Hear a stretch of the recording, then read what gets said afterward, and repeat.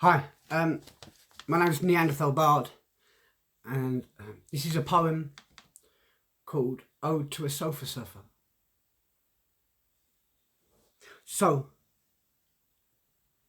I'm sitting here with my head in a mess, waiting for the rest to go to bed so it can be just me and the TV, you see. Being alone isn't always lonely. As being lonely is not the same as being alone. It's their home, it's not mine. I lost mine a while ago. Yeah, I still have hopes, but I don't grow those hopes, so it seems there will only ever be dreams. Here for 3 weeks and move on before too much of me is too much to take. I am one mate sofa away from my own place. Or no place at all. Now I carry all my life in 2 bags for life since the wife and I split. But I still pick up my kids from school because it's not their fault. So I see them most evenings, take them out every other Sunday. But one day, I know I will own 4 walls to hang their photos, and I will own a wardrobe. It will stand next to my bed. I'll have books on the shelf, self-worth in check, right next to my self-respect. I'd like to be expected to buy a TV licence. It would be nice to vote. Provide a part-time home for my kids to stay over. I am slowly becoming a no one with nowhere to go. No job. No home. This is all that I've got to look forward to. You know, I have to stop at the top of all forms before I can fill in an address. Where am I staying again? And can I list it without risking my mate and his kids' benefits? Because staying at his is against the rules. And yes, my life has been cruel, but I'm caught in a hole and the short-term goals get further away. And my own thought control is my only escape until the day it evades me. Is it the situation that's crazy, or is crazy replacing me, making me unable, forsaking my stable traits? I am running out of mates and places to stay. So when will my day come, when the sun shines into my eyes through a set of blinds that I forgot to close? After going to bed at a time that I chose, where the dirty clothes on the floor belong to those born from me. Is it wrong to want more for me than this hell? Sometimes I think a prison cell would be better than this. Except I wouldn't get to see my kids. But this bitch of a system, it keeps stripping me bare. The council won't help, they've got no duty of care. When I paid for years into social care, when I left care and I genuinely cared for those I had less, and now I have less friends, and back then is their wits end with me confessing that this depression is taking me to places where I hate me.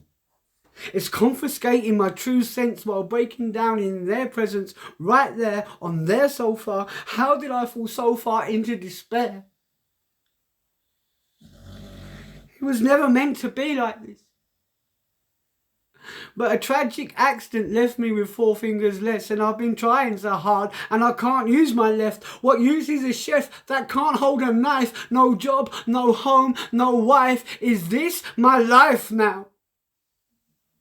You know, I no longer get to watch my kids' milk turn brown or cook French toast for those that mean most to me now.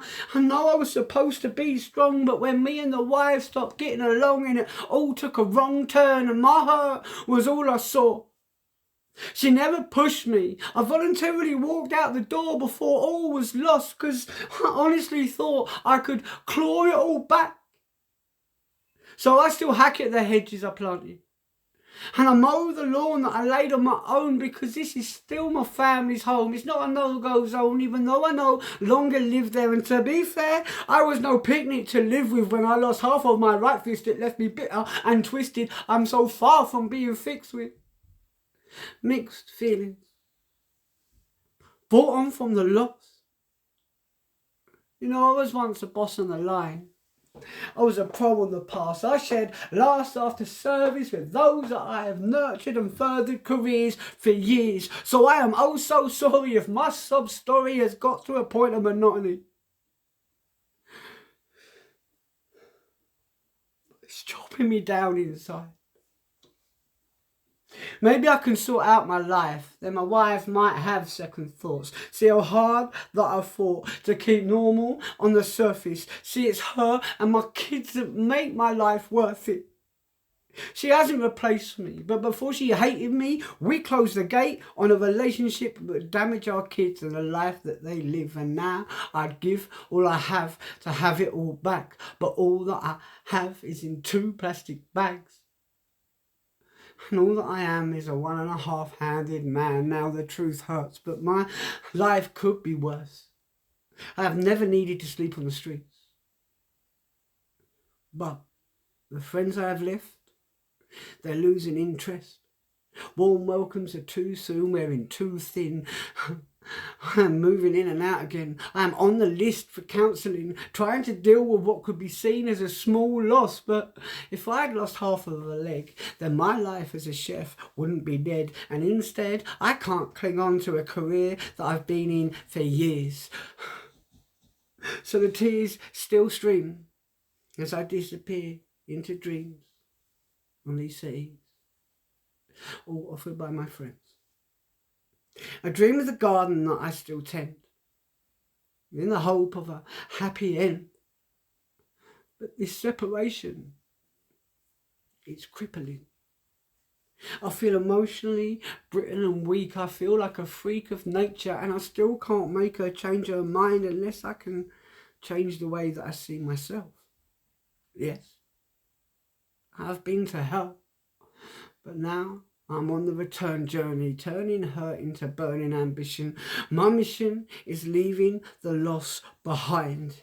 It's no longer mine to own until the day comes when I can turn around, just go home.